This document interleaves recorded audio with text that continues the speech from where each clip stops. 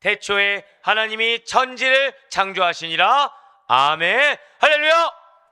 네, 주님께서 또 우리를 이렇게 하루의 시작을 말씀과 기도라는 것을 기쁘게 받으시사 반드시 나의 삶 가운데 역사하신다는 그 믿음의 확신을 가지고 오늘도 변함없이 새벽 기도에 함께 오신 우리 모든 성도님들을 주님을 환영하고 축복합니다. 자, 우리 함께 선포하고 가실게요. 하나님이 나의 삶에 역사하십니다. 아멘.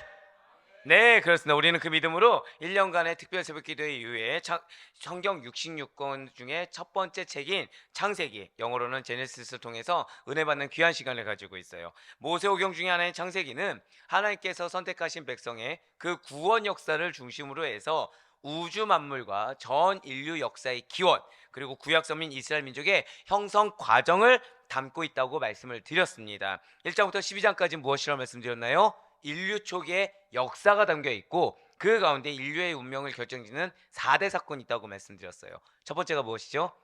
우주 창조, 두 번째가 인류 타락, 세 번째가 노아의 대홍수, 네 번째가 바벨탑 사건이 들어있다고 말씀을 드렸습니다. 그리고 13장부터 50장까지는 선민 이스라엘 민족의 역사가 담겨 있다고 말씀을 드렸어요. 아브라함의 생애, 이삭, 야곱, 요셉의 생애가 담겨 있다는 것이죠. 그 가운데 오늘은 역시 1장 1절 말씀입니다. 1장 1절 말씀 가운데 자, 저를 따라 고백하실게요. 하나님이, 네, 바로 그 구절이에요. 너무 중요한 구절입니다. 예, 뭐 1장 1절이 다 중요하겠지만 그 가운데 이 하나님이 라는 구절을 통해서 천지 창조의, 자, 저를 따라 고백하실게요. 주체가 되십니다. 그렇습니다. 천지 창조의 주체가 되시는 하나님에 대해서 새롭게 발견하고 은혜 받는 이 시간 되기를 간절히 소망합니다. 먼저 오늘 본문 말씀 다시 한번 더 보도록 하실게요. 오늘 본문 말씀입니다. 태초에 하나님이 천지를 창조하시니라. 아멘. 자, 여러분들 하나님께서 창조를 어떻게 하셨다고 우리가 지금 기억하고 있죠? 네, 그죠. 자, 말씀으로 순식간에, 자, 그냥 좀 이제 이렇게 얘기합시다. 저를 따라 고백하실게요. 무에서 유를 순간적으로 동시에, 예, 이거를 정말 기억하시길 바래요. 자, 하나님께서는 우주 공간 그 자체와 그 안의 모든 구성 물질들이 무에서 유로 순간적으로 동시에 창조된 절대적 창조 사역을 행하셨다라는 것이죠.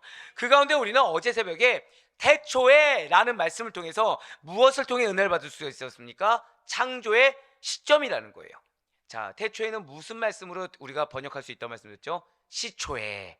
예, 그렇습니다. 그리고 오늘 말씀하시는 하나님이 바로 이것은 절대 한번 더 고백하실게요. 창조의 주체. 어제는 창조의 시점이었다고 한다면 오늘은 창조의 주체라는 거예요. 하나님께서는 창조의 주체가 되신다는 것이죠. 천지 창조를 누가 행하셨습니까? 예, 맞아요. 하나님께서 하셨다는 거예요. 자, 이렇게 천지를 창조하신 하나님에 대하여 피조물은 어떻게 할 수가 있는 것입니까? 세상에 태어나 보니까 눈을 떠보니 여러분과 제가 살 수 있는 여건이라는 거, 환경이라는 것은 이미 다 마련되어 있다는 거예요. 자, 이렇게 이미 이루어진 것에 보면서 천지 만물이 어디서 생겨났는지, 어떻게 생겨났는지에 대해서 인간은 궁금해할 수밖에 없다라는 것이죠. 그리고 성경은 이렇게 사람들의 질문이 생길 만한 부분에 대한 답을 준비해 놓고 있다는 것입니다. 창조주 하나님, 그분이 누구십니까? 이 질문을 성경이 답해주고 있다는 거예요. 유한한 인간이 무한한 하나님을 알 수가 있을까요, 없을까요? 없다는 거예요. 하지만 하나님께서 은혜로 주신 특별 계신 이 성경을 통해서 제한적이나마 알 수가 있다는 것이죠. 하나님에 대해서 어떻게 알 수 있다고요? 제한적이나마 알 수가 있다는 거예요. 우리가 전부 다 알 수가 없다라는 것이죠. 그렇습니다. 진실로 여러분과 저는 성경을 통해서 하나님의 창조주 되심과 역사의 주관자 되심, 그리고 구원의 주체가 되심을 알 수가 있습니다. 성경을 통해서 무엇을 알 수 있다고요? 저를 따라 고백하실게요. 창조주 되심, 주관자가 되심, 주체가 되심, 그것을 알 수가 있다는 거예요. 하나님께서 창조주가 되시는 거, 역사의 주관자가 되시는 거, 구원의 주체가 되심을 알 수 있다는 것이죠. 뿐만 아니라 하나님의 이름을 통해 계시는 하나님의 존재와 하나님의 그 여러 성품들도 알 수가 있다는 거예요. 자, 히브리인들에게 있어서, 유대인들에게 있어서 이름이 어떤 의미라고 말씀드렸습니까? 이름하면 뭐 생각하라고 말씀드렸죠? 맞아요. 이름이 바로 정체성이에요. 그 존재의 성격을 반영하는 것이 이름이라는 것이죠. 그래서 구약 성경에 등장하는 하나님의 이름이라는 것은 하나님의 성품을 보여준다는 것입니다. 이름이 무엇을 드러낸다고요? 한 번 더 저따가 고백하실게요. 성품. 자, 이제 여러분들이 이름하면 정체성이지만 이름하면 또 무엇도 드러난다고요? 성품도 드러난다는 것을 우리는 알 수가 있어요. 고대에는요, 한 인물에 대해서 그의 출생, 그의 신분, 공적 위치를 가리키는 다수의 칭호가 있습니다.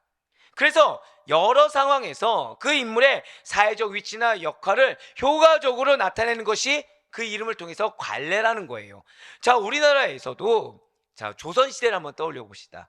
사회적으로 명망 있는 인사들 앞에 무엇을 붙이죠? 어떤 호, 그쵸? 중국에도 어떤 호, 자, 예를 들어 삼국지 하면은 이름이 원래 제갈량인데 우린 보통 뭐라고 기억하고 있어요? 예, 그쵸? 아, 예, 공명이라고. 예, 저는 남자분들이 할 줄 알았는데 뒤에서 제일 어린 친구가 대답해서 깜짝 놀랐네요. 자, 한 번 더. 자, 유비하면 대략 뭐라고 알고 있어요? 예, 그렇죠. 현덕이라고 알고 있는 거죠. 무슨 얘기인가?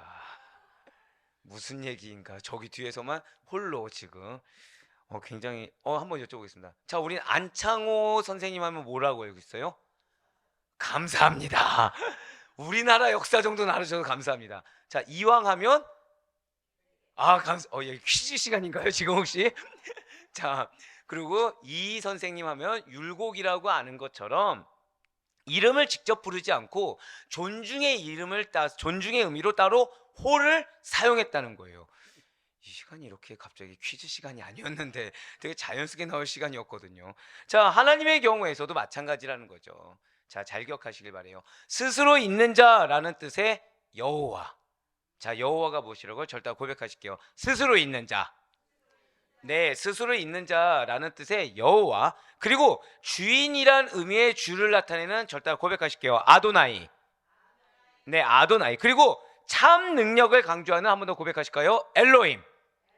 자, 우리가 하나님을 믿는 하나님 나라의 백성이라고 한다면 이 3대 기본 칭호 정도는 알 수 있어야 된다는 거예요. 한 번 더 고백하시겠습니다. 여호와, 아도나이, 엘로힘.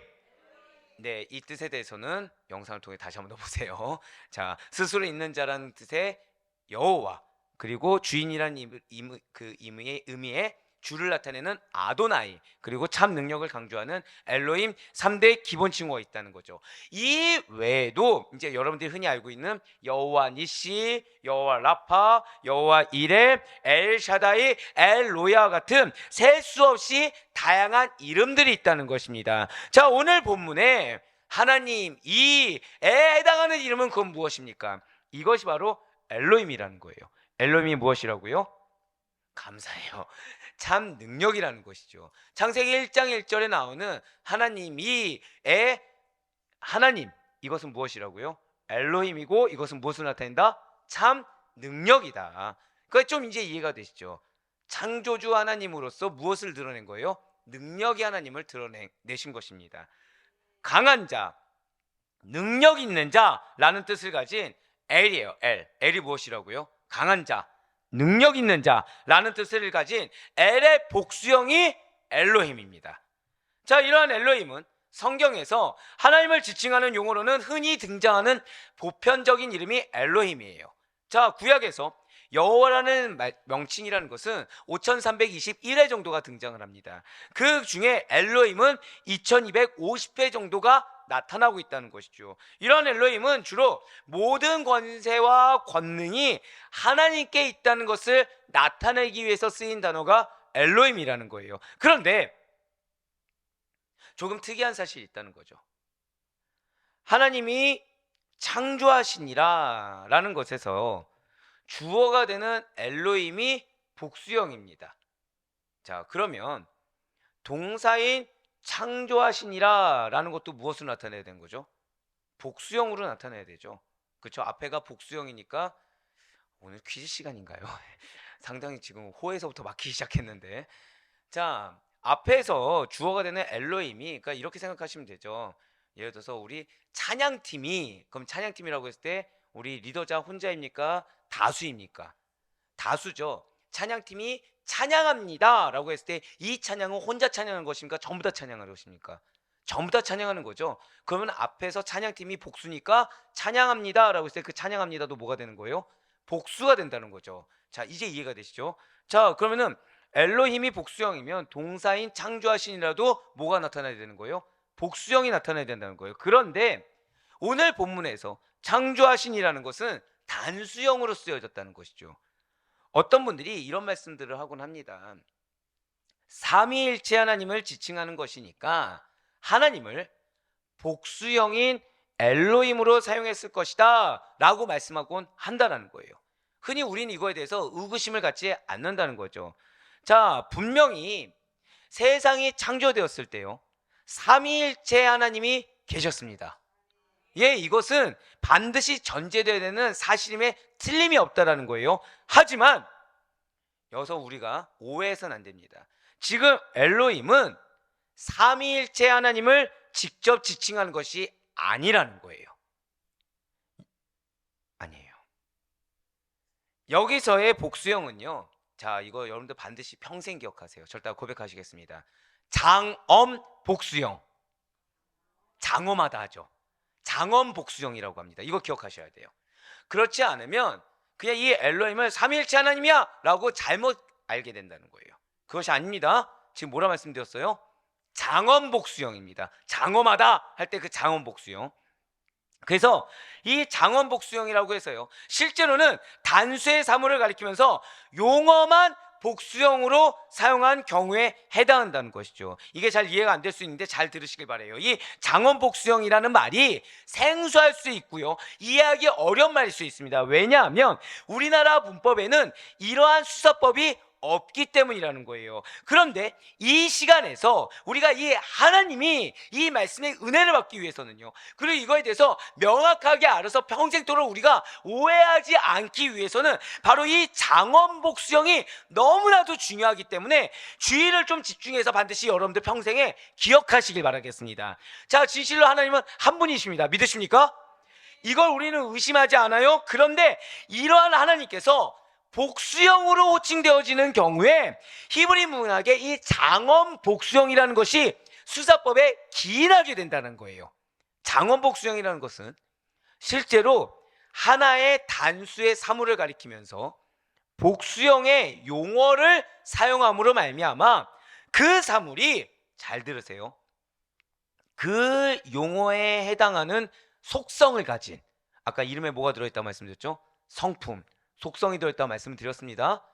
속성을 가진 최고의 대표적 개체이거나 아니면 그 사물이 그 용어에 해당하는 속성을 가졌다는 것을 가장 극대로 강조하는 수사법이 장엄 복수형이라는 거예요.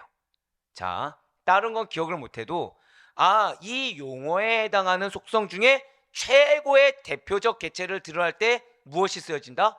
장엄 복수형이 쓰여진다. 그것이 아니라고 하더라도 그 사물이 그 용어에 해당하는 속성을 가진 것을 가장 극대로 강조하는 수사법이 무엇이다? 장엄 수사법이라는 거예요. 자, 그리고 전반적으로 아까 왜 우리가 사람 이름에 호를 붙일 때 이 호는 무엇을 드러낸다고 했습니까? 존경심.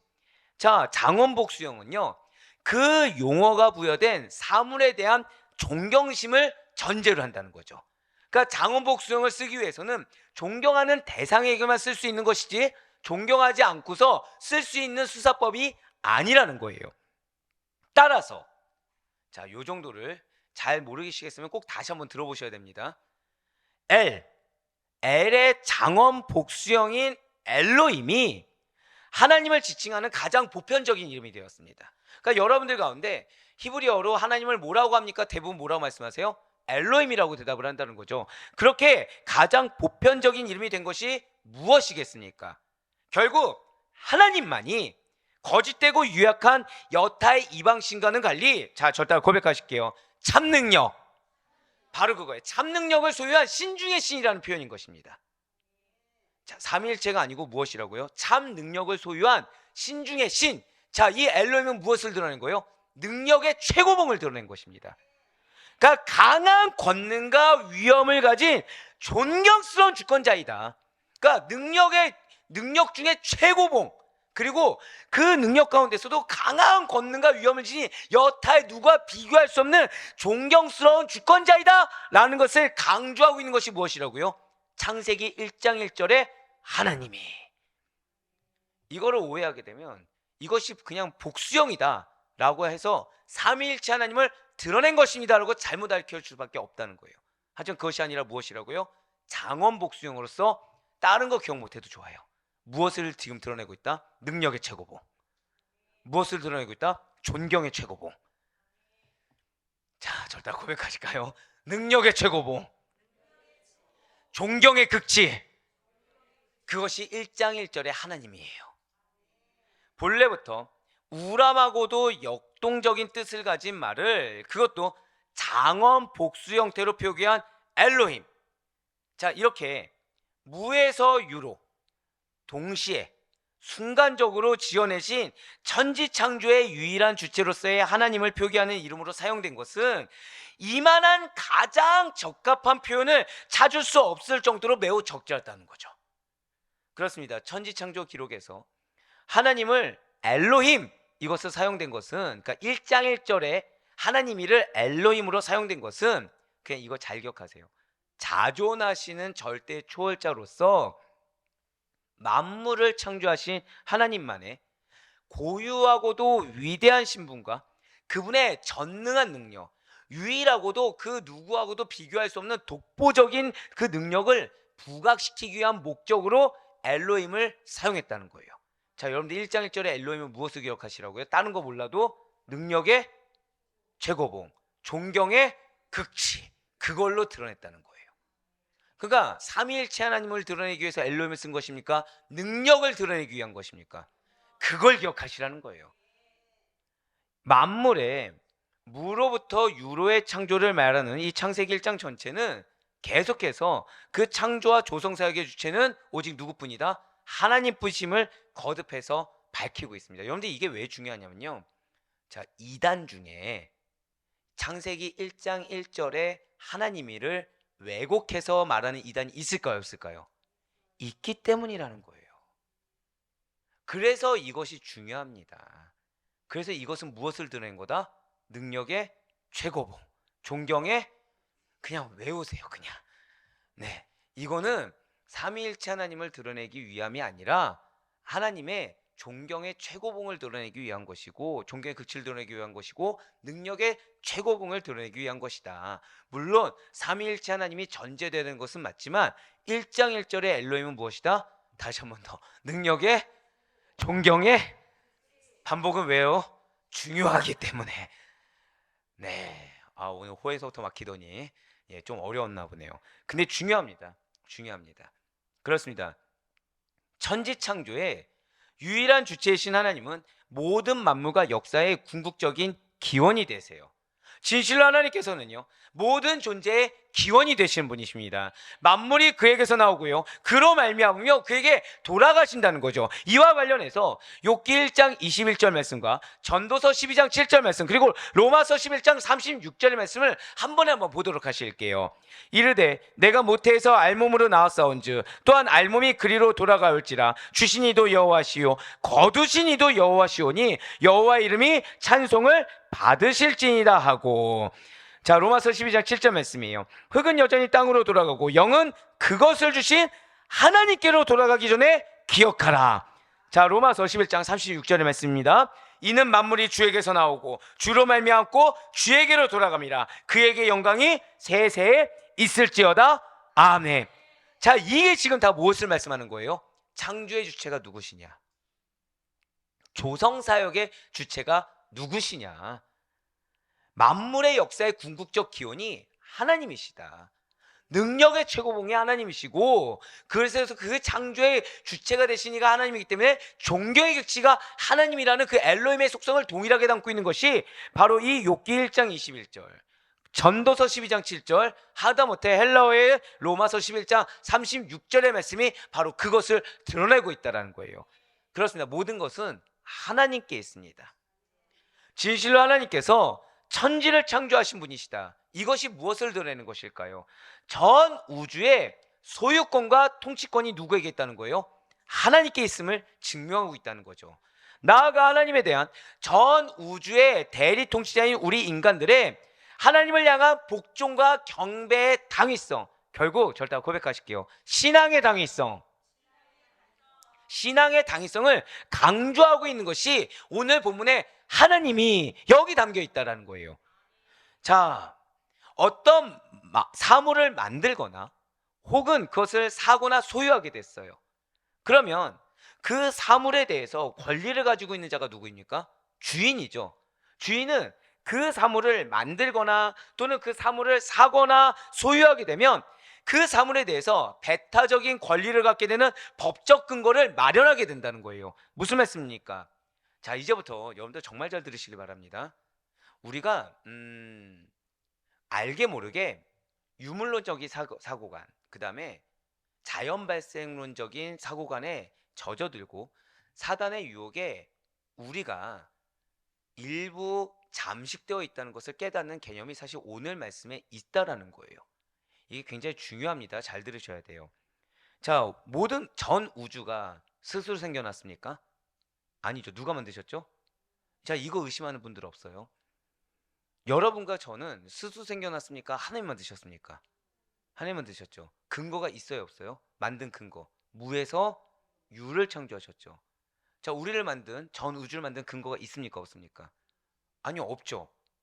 무에서 유를 창조했으니까. 누구만이 존재하시죠? 하나님만이 존재하죠.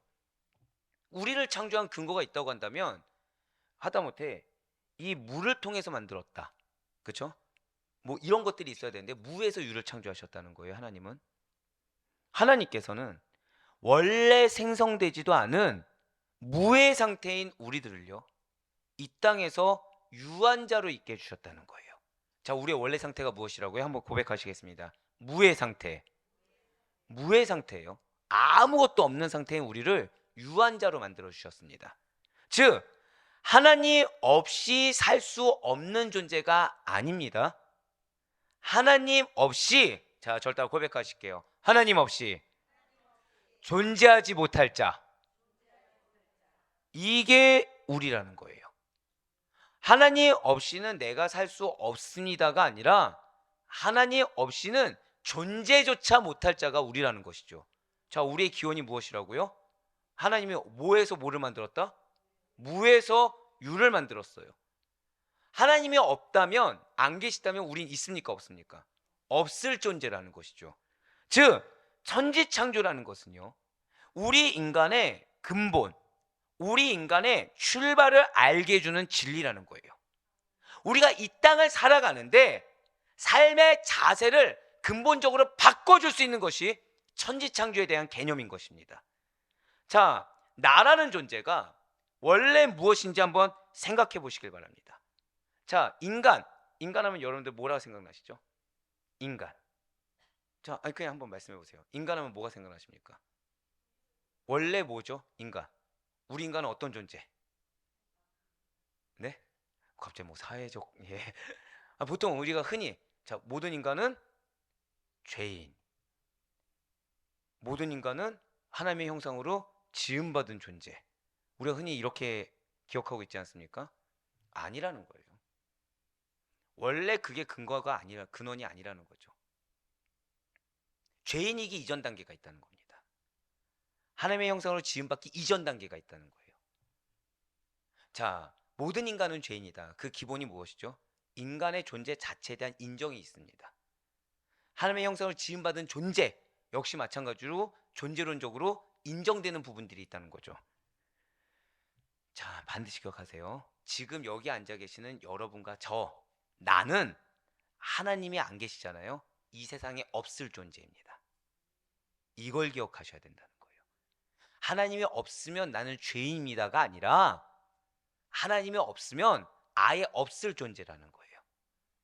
원래 나는 이 세상에 없을 무라는 거죠.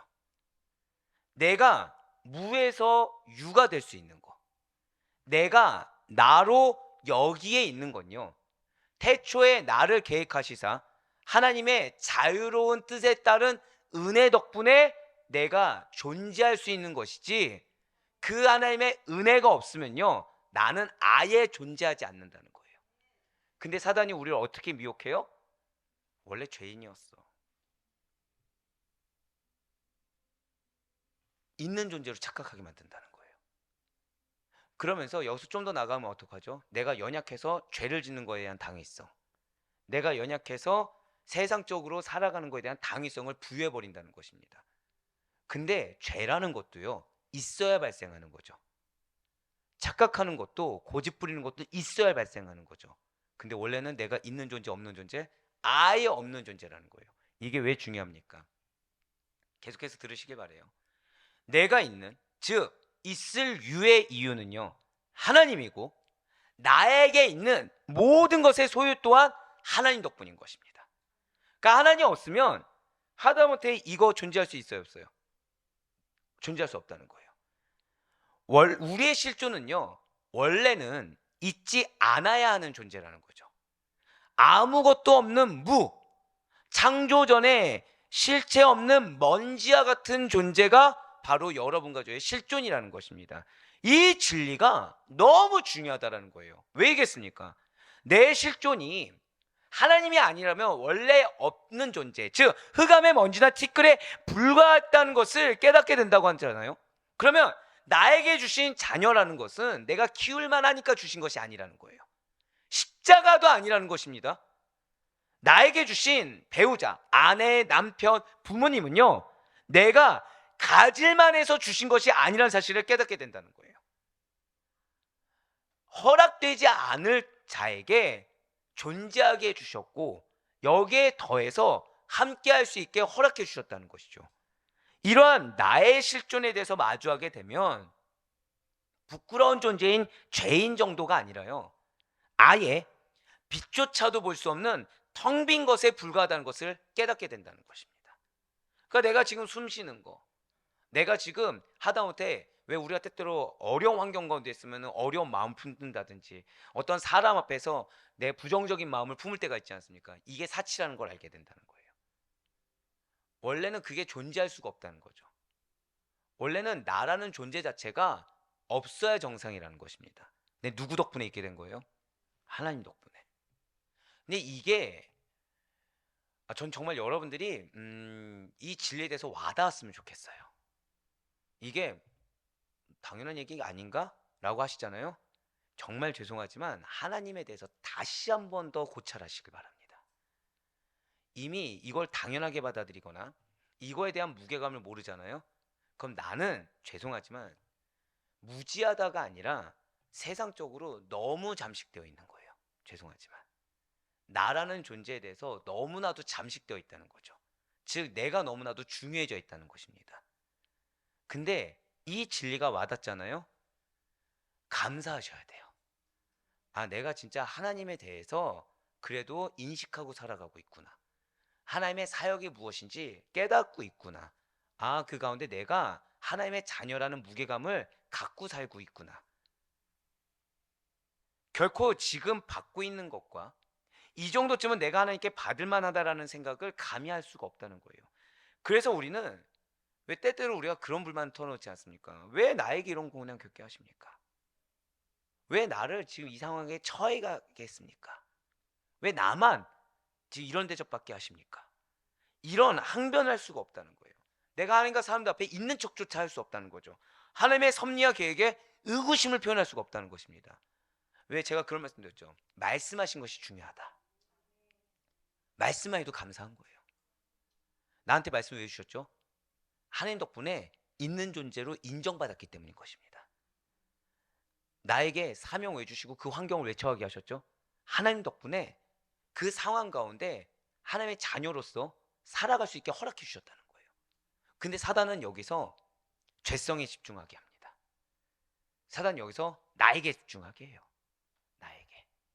내가 중요하게 합니다. 여러분들 한 가지만 분별하셔도 우리가 믿음에서 승리할 수 있습니다. 그것은 뭐냐? 내가 중요하냐?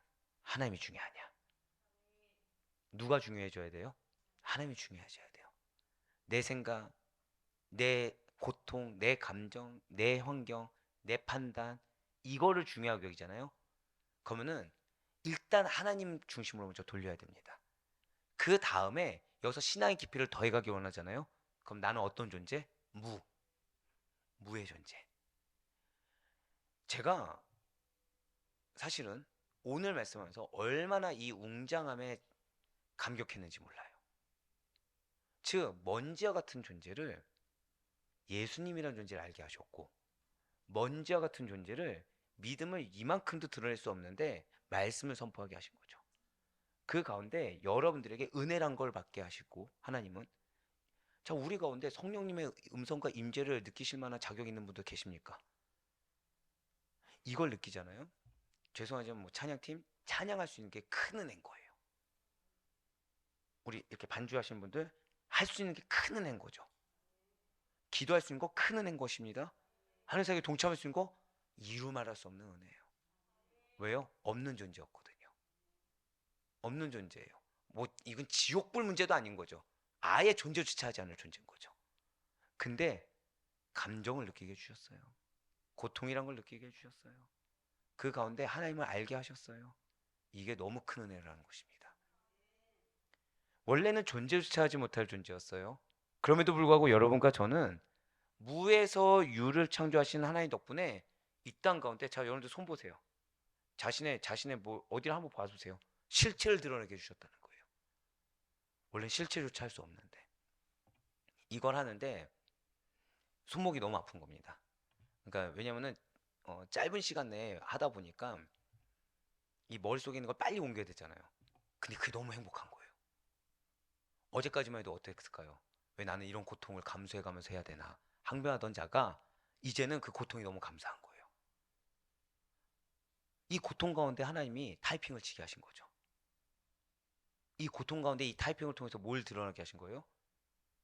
감사를 드러나게 하셨고 믿음을 드러나게 하신 거예요. 근데 뭐가 제일 감사한지 아십니까? 여러분들 혹시 기억하세요? 여러분들 눈물까지도 상급이 된다. 기억하시죠?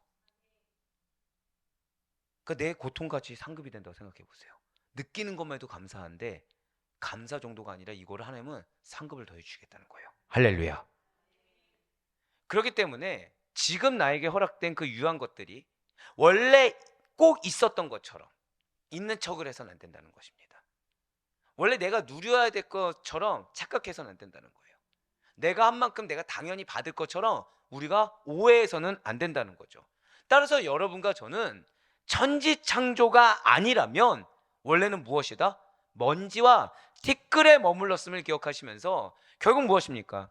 우리 인생에 궁극적인 관심을 하나님께만 두라는 거예요. 그 하나님이 아니면 나는 존재할 수가 없는 존재라는 거죠. 내가 원래 죄인이다? 감히 그 말조차 할 수가 없는 거예요. 그리하여 깨어있는 영혼이라고 한다면 그 누구나 나를 실존하게 하신 하나님을 지향하고 찾아야 된다. 이 사실 잊지 마시길 바랍니다. 우리는 오늘 이 순간 개념을 바꾸시길 바래요. 나는 원래 죄인이 아니라 나는 원래 어떤 존재? 없는 존재라는 거예요. 근데 감사하게 있는 존재가 되었어요. 여러분들 가운데 혹시 뭐 아프신 분들 계십니까?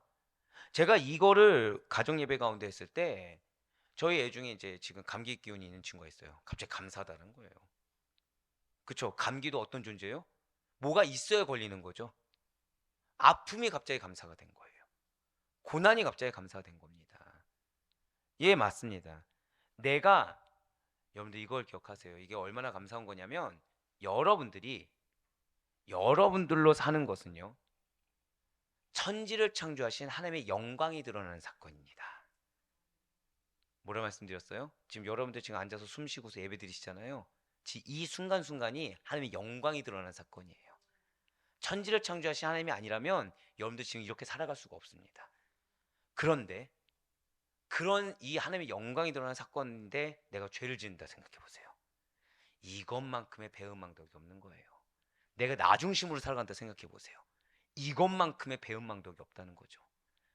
없는 존재를 있게 해주셨는데 그 은혜는 기억하지 못할 망정 내가 잊고 살아간다. 이것만큼의 배은망덕이 없다라는 것입니다. 진실 하나님께서는 다른 존재에 의존하지 않으시기 때문에 그분의 속성상 자신이 친히 만드신 피조물을 통해 당신의 고유한 영광을 나타내실 분이신 것입니다.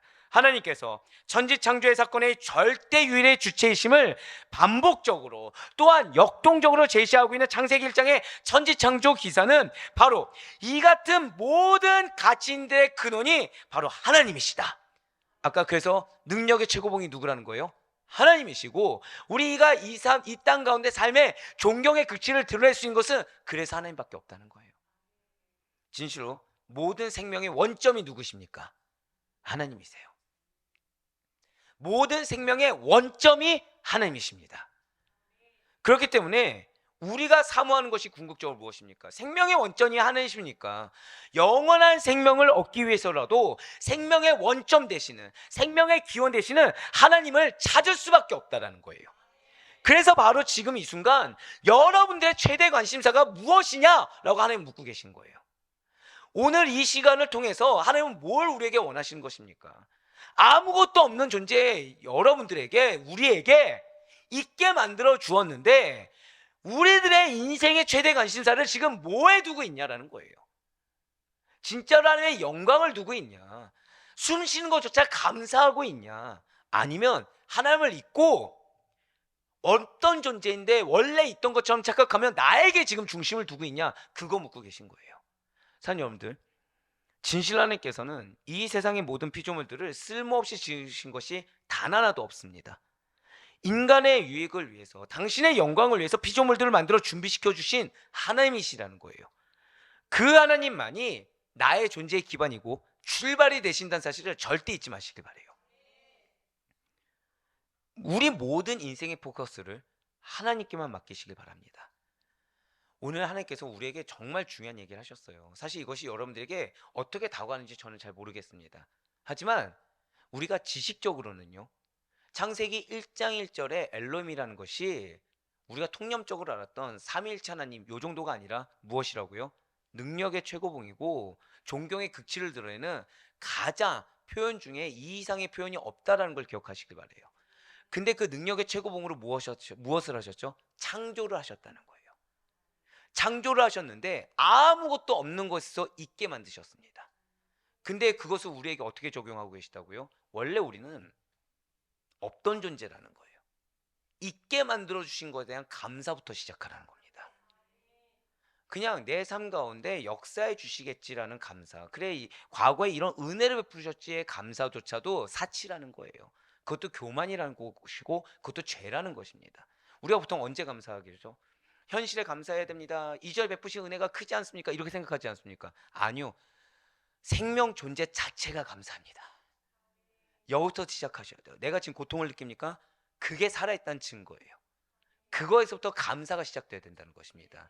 근데 이거에 대한 감사로 시작하는 자들의 앞으로의 삶이 다르다는 거예요. 이거에 대한, 숨 쉬는 거에 대한 감사부터 시작하는 자의 앞으로의 삶의 하나님을 향한 믿음의 발로가 다르다는 것입니다.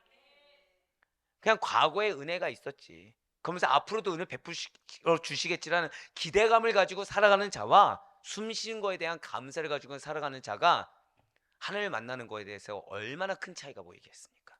네, 맞습니다. 하나님은 여러분들에게 더 크게 역사하길 원하십니다. 여러분들 통해 더 당신의 영광을 드러내길 원하십니다.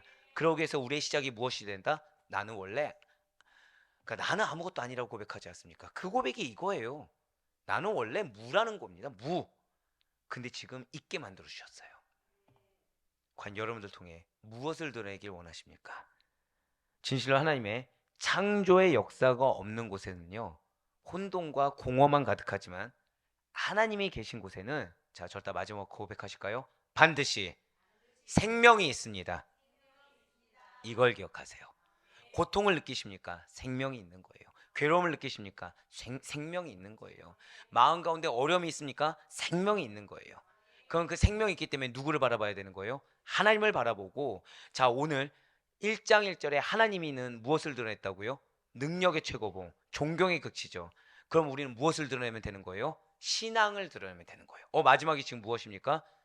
고통을 느끼고 생명을 느꼈을 때 우리가 드러낼 수 있는 것은 신앙입니다. 신앙이에요. 신앙이 무엇이죠? 그러한 하나님을 향한 신뢰와 복종이에요. 내 입장에서 아니요. 있게 만들어 주셨기 때문에 복종하는 겁니다.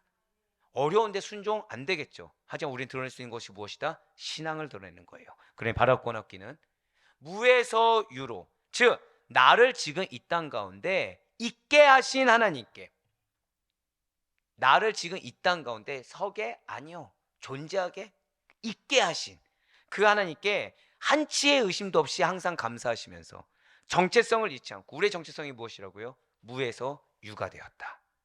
그 이유는 나의 숨 쉬는 것조차도 하나님의 영광을 위해.